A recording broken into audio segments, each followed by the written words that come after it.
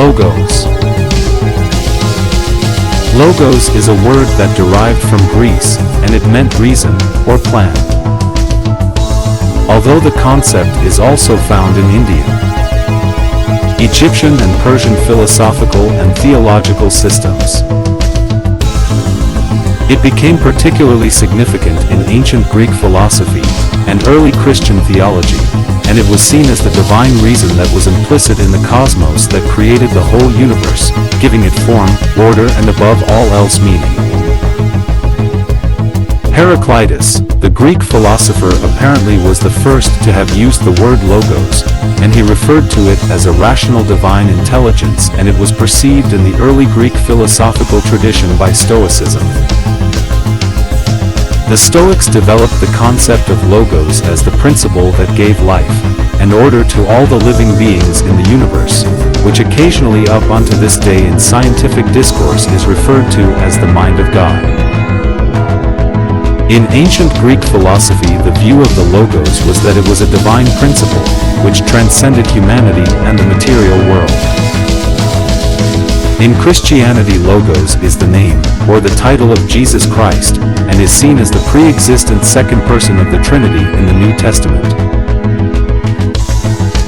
In the Christian doctrines, it is seen as a vehicle for conceiving the role of Jesus Christ as the principle of God, who is active in the creation, the continuous structuring of the cosmos, and also in the revealing of the divine plan of salvation to humanity. Basically, it underlies the basic Christian doctrine of the pre-existence of Jesus. Postmodern theosophy. The fall of theism happened when it was faced with a dilemma that was caused with the criticism from the ontological, cosmological, and the teleological arguments on what they were using for the proof of God's existence and His nature.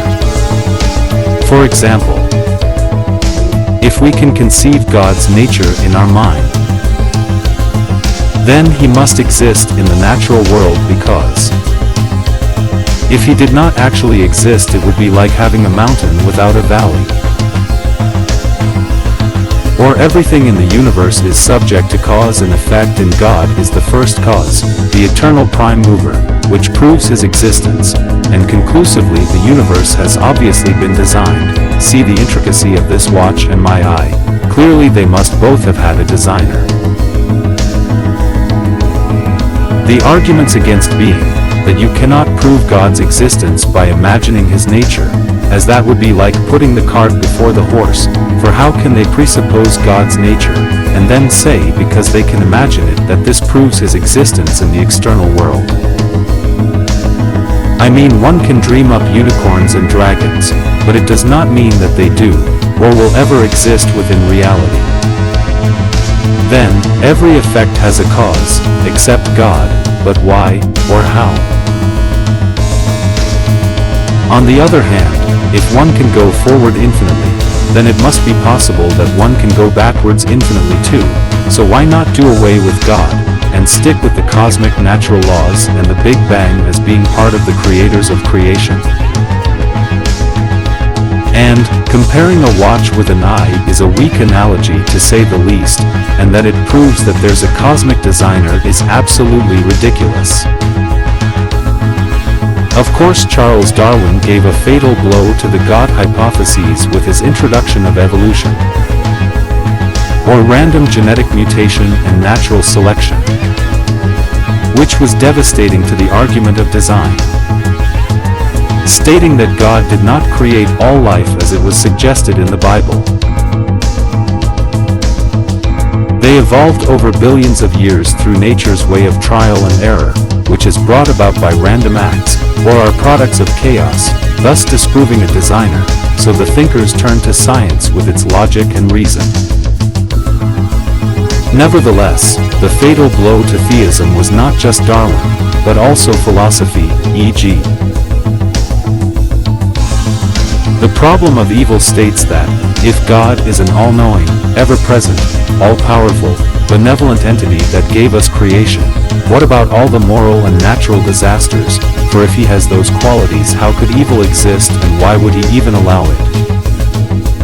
I suppose with the moral issues that one could say that this is all down to all the irrational selfish choices we have made with our free will. However, earthquakes, volcanoes, tsunamis, tornadoes, disease, famine and all the devastation and carnage that they bring does make us question God's nature and His very existence. On the other hand, without natural disasters with all their atrocities happening from time to time is not all bad. For without them there would be no room for heroes, or saints, where souls reach human excellence, and finally the natural disasters are like different shades and colors of a painting, for without them there would simply be no depth, or color to the picture. I think that in the 21st century that most people when searching for God use a search engine, and breeze through the mind, body and spirit websites on the internet, taking a little from each, and create their own truths from their intellectual research and deductions. As they research, they will soon hypothesize that theism will eventually evolve into postmodern theism, and will be fueled with theoretical science and philosophy and conveyed through New Age Gnosticism. Most thinkers today put everything down to potential and kinetic energy, and their contemporary God is interconnected with its creation. God the wave, God the particle and God that is within all life is the modern mindset, or Holy Trinity and or psycho/spiritual perspective. Logos or God is above gender, form and is also in between our thoughts. It has created everything with pure conscious energy, and has designed the universe to bring about love, peace and harmony from all the diversity and adversity that arises from its creative imaginative flux. Our Creator is absolute, as it plays the tune on the superstrings in which it imagines all creativity and all the life from earth to heaven. God is absolute, or simply put, it has everything within its potential, and one can see this reflected within its creativity, which extends from the void through time, space, and then ultimately into eternal matter. God discovered eternal matter within its potential in a precognitive dream, and it created the multiverse from its creative imaginary flux. It created the heavens and the earth from time and space and from energy and matter that are interconnected, interchangeable, and eternal. It came down as a personification of itself within life, and the illusion that we call reality. And it's through meditation and contemplation that humanity's higher and lower selves are brought together and unified to create one's God, self, and or Christ consciousness. And at reaching unification of the intellectual and spiritual, and our practical, pragmatic everyday ordinary selves, or the higher and lower selves, God's self-realization and His probable destiny is self-actualized when humanity and life enters eternal matter in the light beyond the light. Humanity are the seeds of God, so God has humanity's wisdom deep within its heart and humanity has God's wisdom deep within theirs. In humanity, it's our nature with our good and bad choices and our actions that create our social standards and constraints, which we carry over into the afterlife. Along with our environments where we create heaven and hell as infinite conscious beings consciously evolving through life as we pass through our sacred journey from the dense, selfish and chaotic, to lucid, selfless and loving subtle energy beings. We came from the void, passed through the light and then became flesh. We changed and grew through our many lives in the soul and the flesh as we oscillate between either sides of the veil until we reach perfection. We eventually leave the seventh heaven behind, just like we did physically, and then we reside at God's side helping out with creation as we work, rest and play within eternal matter or spiritual utopia, as we ultimately become gods and the co-creators of the heavenly play. The syntheses. Coming from the West, we are all God's children created from His breath and dust, and without question we serve our Lord and Master.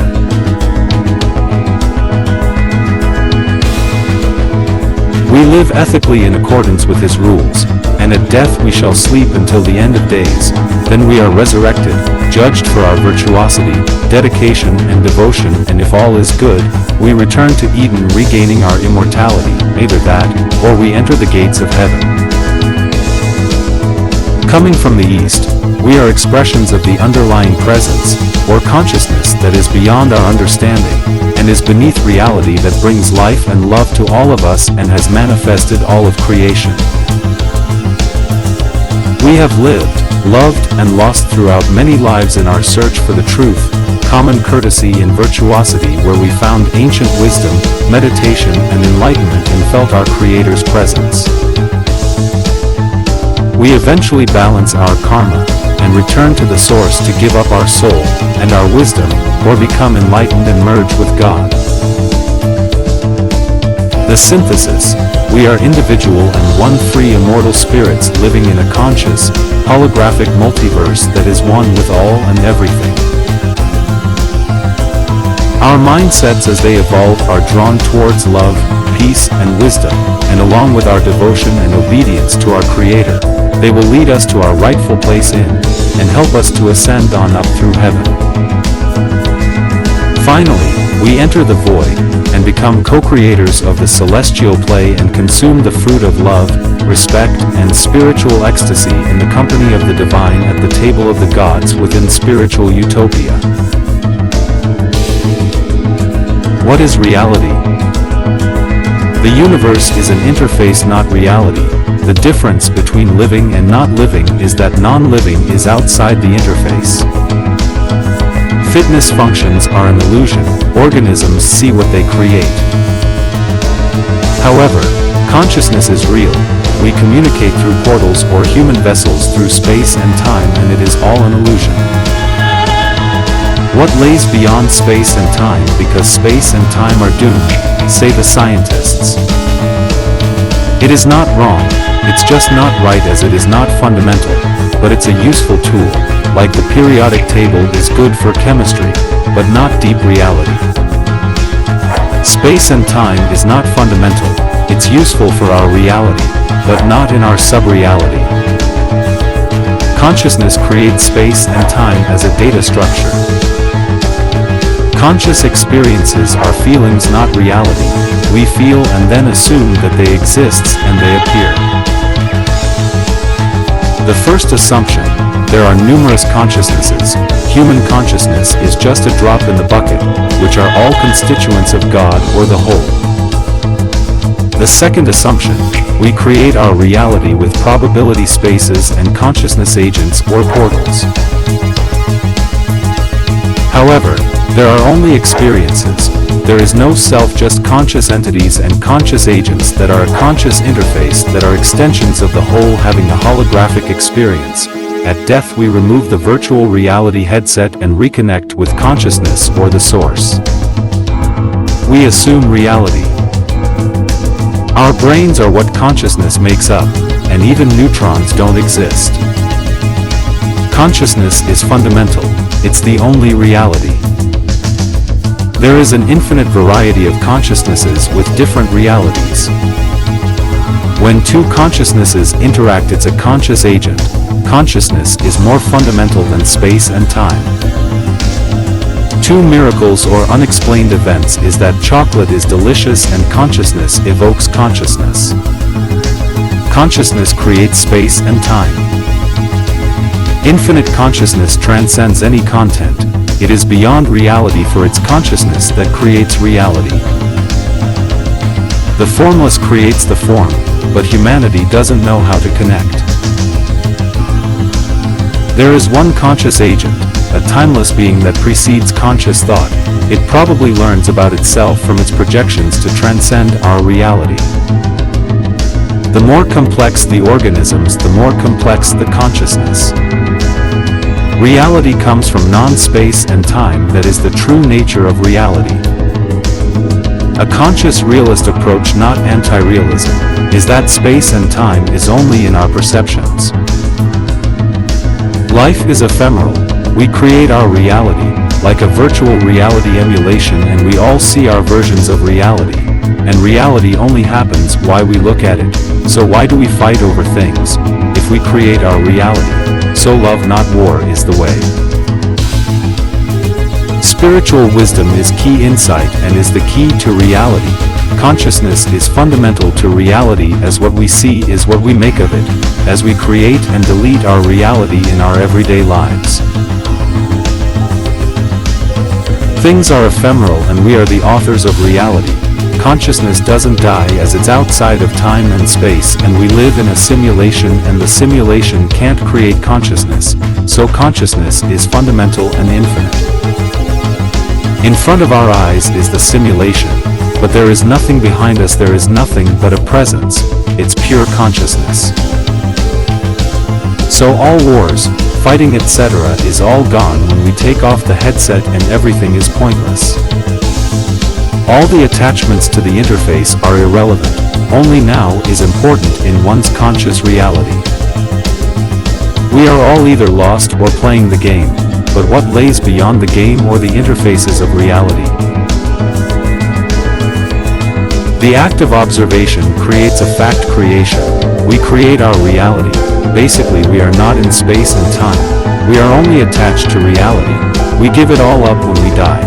But we don't die, we just detach from the interface. Love is fundamental. Love is one. God is being, not a being. So all gods and us are one being, and we are all portions of one God. We are the authors of space and time. The only limits in life is our imagination. The universe is trying to figure out reality through us as it talks to itself as it creates. The mystery is, how do beings come out of being, and why do we create the interface?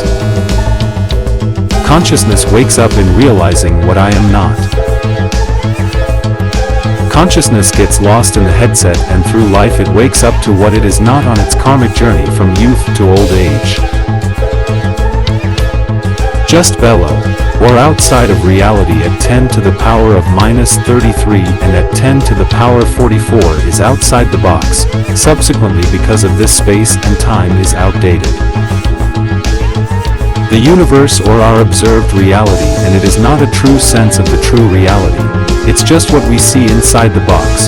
In a nutshell, subparticles and neurons don't exist when they are not being observed, and our reality is an adaptive fiction.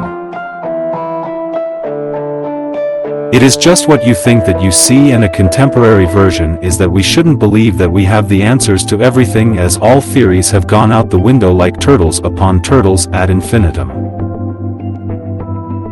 Spirit is beyond conceptual report and beyond conception, so the cream of spiritual wisdom is to be yourself, as the truth is never-ending exploration, like the infinite ordeal of the donkey and the carrot. Space and time is an illusion. We must go beyond it to understand reality, but the act of being is the true path, and it's beyond a conception and non-conceptual reality framework. However, let me put forward a hypothesis that can place us on the path to reality. Consciousness cannot be created from within reality, but reality can be created from consciousness according to the latest scientific, theoretical, mathematical findings and research. Therefore, consciousness is a non-reality, and it's outside of space and time and creates reality. How it does this is by creating portals or conscious agents that are extensions of itself, who in turn as humans and or life create an interface of what we assume is our reality from our feelings with our assumptions. Basically, God creates reality through us, or in short, God creates life and life creates reality, which is a simulation from an interface, so it's a virtual reality. What science doesn't understand is why. Not how. And it is because through us conscious agents that the simulation is created, and we take our experiences along with our environment of the simulation with us in the light and physical death, and ultimately we self-actualize God's peak potential. That being a reality where the spirit and the flesh are one, and God becomes a living entity through our recognition of its existence and through its creative potential, or its awesomeness. It subsequently awakes and stops being a transpersonal entity and becomes a conscious being or entity as one with its flock, and together we create from all of our joint experiences and environments eternal matter, which completes the journey from God's precognitive dream experience into true reality.